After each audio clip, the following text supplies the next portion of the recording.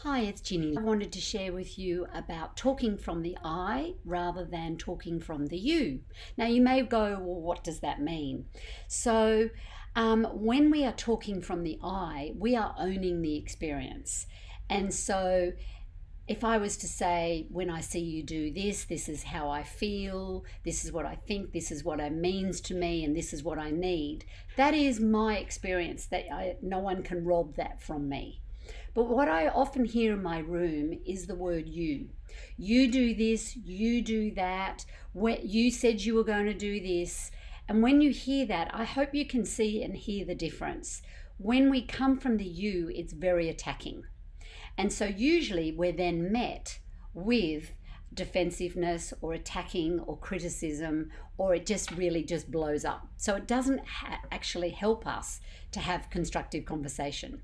So how do we talk from the I and the you? So what usually happens, you'll often hear me talking about regulating. So what I mean by that is when my emotions are over this side and my reactivity is, it's like a seesaw. This is my emotions and my reactivity, and this over here is my cognitive and my ability to think straight. When they are aligned and I'm in the window of regulation here, then I'm able to think straight because I'm in control of my emotions. But when I have a whoosh moment and I go outside the window of regulation, I'm going to go into fight, flight, numb out, or overwhelm. When we're in this position and our emotions are up, look where my ability is to think straight.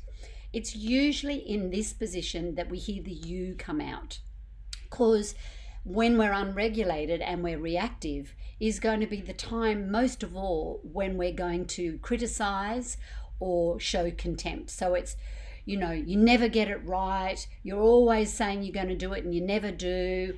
And it's very you statements. So when we do that, it usually, it's like throwing spears at each other. Not very helpful and not very constructive. So what we want to be able to do to help regulate is all through breath work. Breath work is the absolute key to being able to actually bring that from this to this, where we can actually calm our emotions down. And then it's in this position, I can actually think, what did get touched for me? What value, what expectation, dream, hope was unmet? What does this remind me of a past experience where I wasn't necessarily able to ask for what I needed? And that's when I'm then going to step forward to my partner and I am going to talk from the I. And I am going to say, when I heard you say this, or when I saw you do that, this is how I felt, this is what I thought, this is what it meant to me, and this is what I need.